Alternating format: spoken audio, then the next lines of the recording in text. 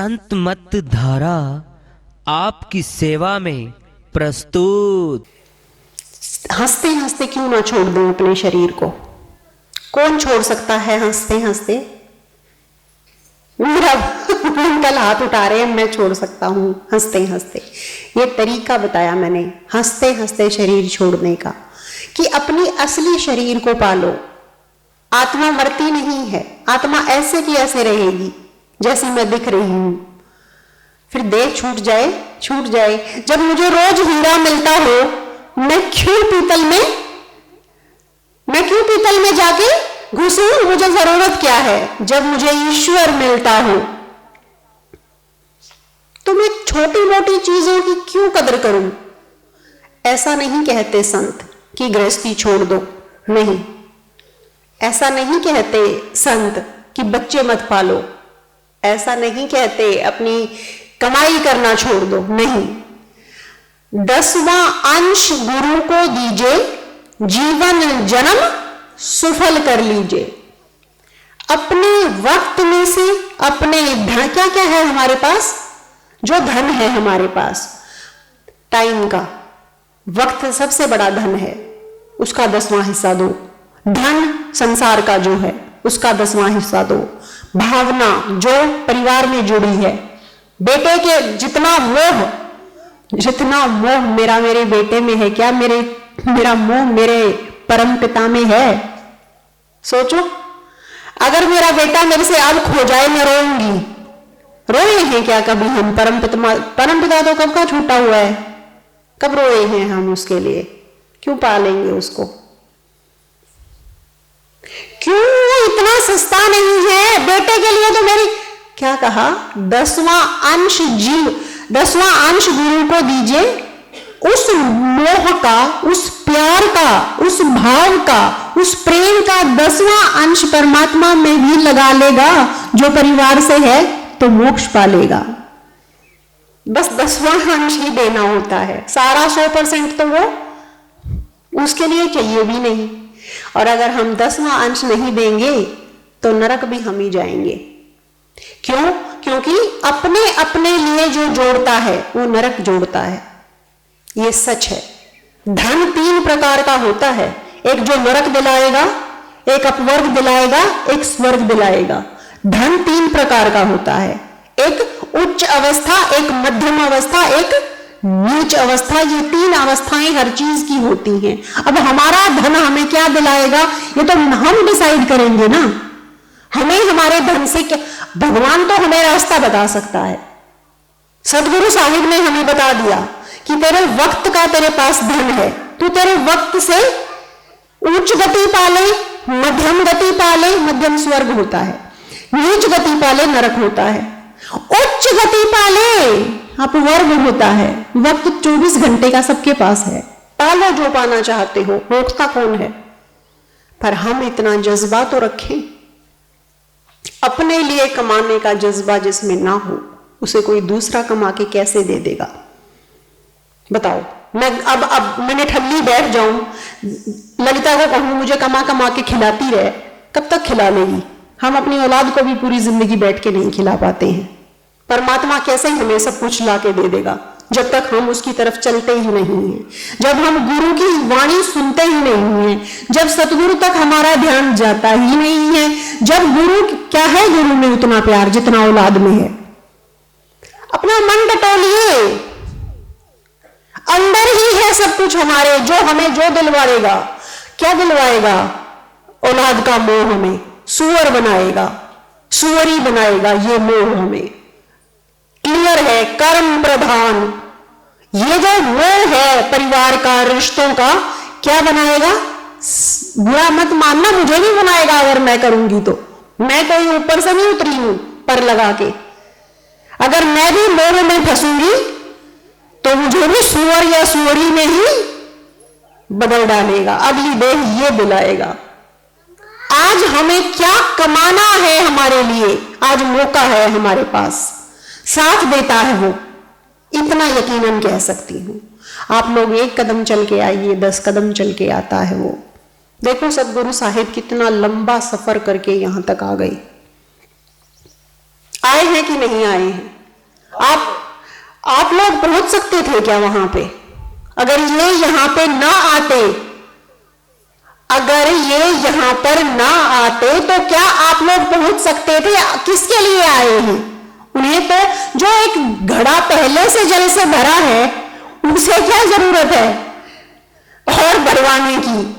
संत संपूर्ण होते हैं, वो दूसरों के लिए जरूर सफर करते हैं, जरूर यात्रा करते हैं ताकि आत्माओं का कल्याण हो, क्योंकि स्वार्थ नहीं परमार्थ काम आता है।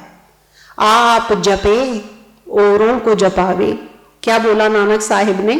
खुद भी जप, आप जप, खुद भी जपे औरों को भी जपा, रास्ता दिखा। ये बेचारी आत्माएं भटक जाएंगी, नरक चली जाएंगी तेरे आंखों के सामने, अगर तेरे ज्ञान का फायदा क्या? जब तू किसी को जना ही नहीं सकता, जब तू किसी को एक बंदा, मैं ये आया मेरे याद, एक अंधा चला जा रहा था, एक आंख वाला चला जा रहा था, अंधा कुएं में गिर के मर गया। भगवान के पास, यमराज के पास आंख वाले को पकड़ के लाया गया कि उसको दिखता नहीं था, वो तो अंधा था बेचारा, देख नहीं पाया, तूने उसको गिरने से क्यों नहीं बचाया? तो एक बार तो बोल सकता था।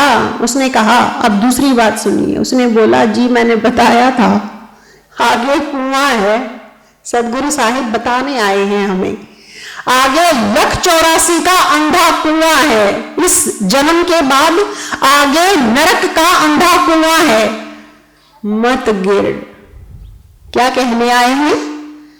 मत गिर, बचा ले अपने आप को। अब अगर फिर बोला, अंधा ने फिर क्या कहा? तू काम कर अपना, मैं अपने आप देख लूंगा, मुझे सारा पता है। तब आंख वाले का कोई दोष नहीं था, उसे छोड़ दिया गया। जो अपनी गति दूसरों की बात सुन के संवार ले, वो भी इंसान ही होता है। पहली भक्त की 3 गति होती हैं। पहली बार आवाज लगाए गुरु तुरंत जाग जाए, उच्च गति का भक्त है। एक आवाज पे जाग जाए, औलाद से पूछ के देखना, जो पहली आवाज पे जागेगी वो अच्छी लगेगी। एक दूसरा होता है, बेटा जाग जा, जाग जा, हाँ जागता हूं, फिर भी जाग जाए। मध्यम गति का भक्त होता है, नाम ले लेता है, भक्ति करता है, धीरे धीरे धीरे धीरे चलता रहता है। एक और है जिसे नीच गति कहा जाता है। जाग जा बेटा, जाग जा बेटा, जाग जा बेटा। आपको क्या मतलब है मैं जाग जाऊंगा, मेरे कान मत खाओ। बताओ क्या कर लोगे आप? कर पाओगे कुछ? ये नीच गति का भक्त होता है, भक्त नहीं होता है, उसे नरक भेज दिया जाता है। भाइयों और बहनों, सोए को जगाया जा सकता है, जागते को जगाना संभव नहीं है।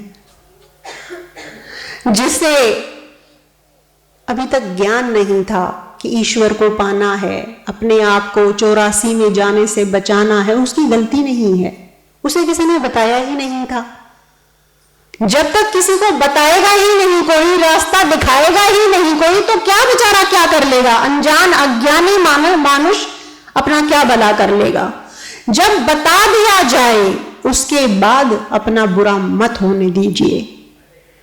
बड़े किस्मत वाले हैं आप, आपके पास सदगुरु चल के आए हैं। हम तो भटकते फिरे थे, तब हमें गुरु मिले थे, बड़े भटके थे, बड़ा तलाश किया था, तब पाया था। आप देखो ना, मेरे से ऊंची किस्मत है आप लोगों की। तो हम लोग भटकने वालों में आते हैं, आप लोगों के पास गुरु चल के आते हैं, बड़ा फासला है। पर मौका ना गवा दे, अगर मौका गवा देंगे हीरा पड़ा ही रह जाएगा। हीरा पाया गांठ गठियाया, जिसके हमारे अंदर बैठा हुआ वो हीरा जो परमेश्वर है, हमारे अंदर की गांठ खुलने से मिल जाएगा। और वो गांठ सतगुरु साहिब खोलते हैं, वो जादू की छड़ी उनके हाथ में होती है। अब आप लोगों को बता दिया गया है कि किस चीज की क्या गति होती है, हम मौत के बाद कहां जाएंगे। तो अब हमें कोशिश तो अपने लिए करनी चाहिए कि नहीं करनी चाहिए?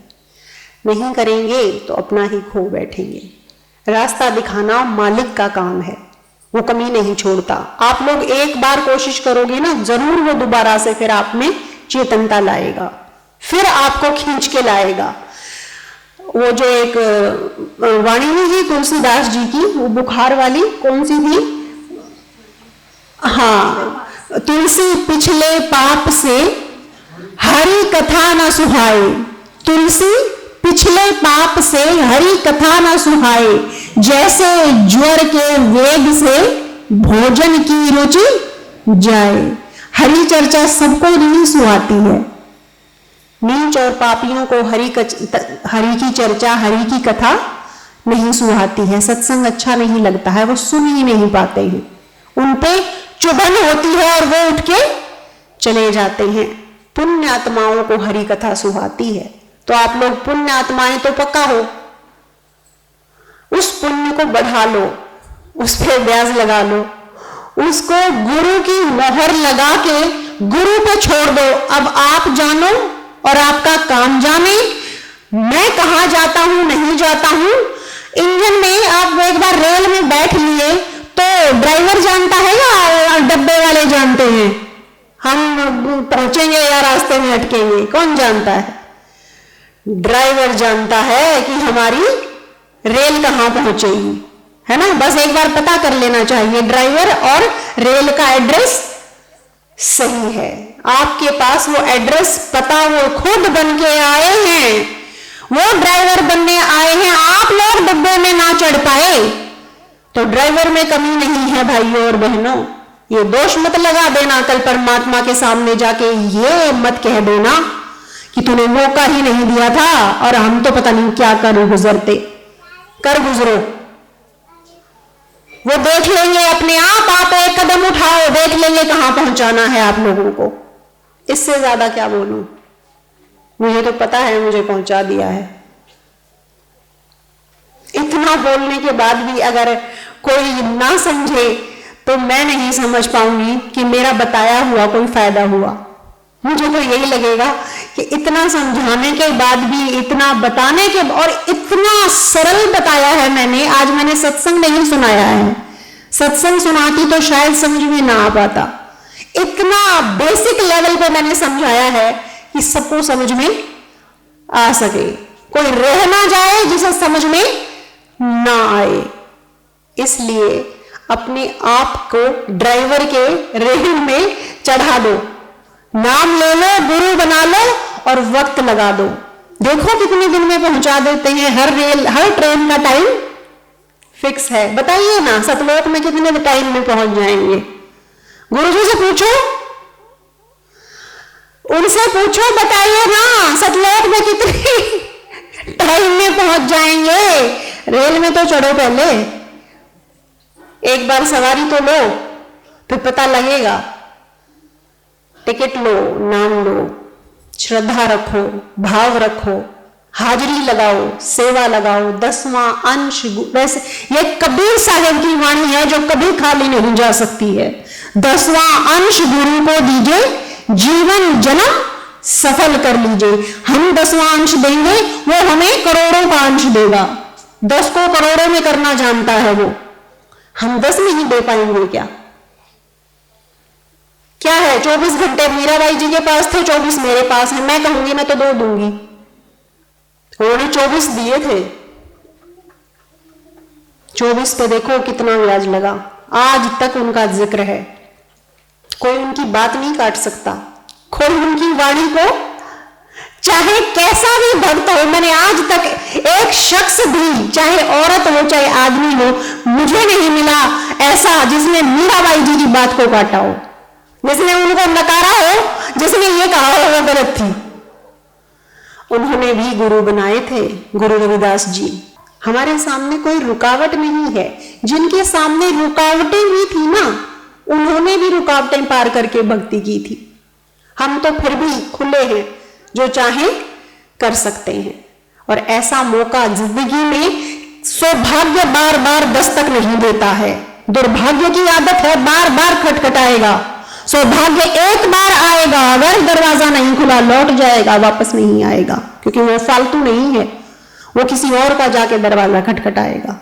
तू नहीं, और सही और नहीं, और सही मैं तो वो हूं जो देने आया हूं, तेरे से लेना नहीं है मुझे कुछ, क्यों तेरे नखरे उठाऊंगा, है ना। जो देने आता है उसके सामने हमें झुकना आना चाहिए। प्रेम से बोलिए श्री सद्गुरु साहिब की जय हो। प्रेम से बोलिए श्री सद्गुरु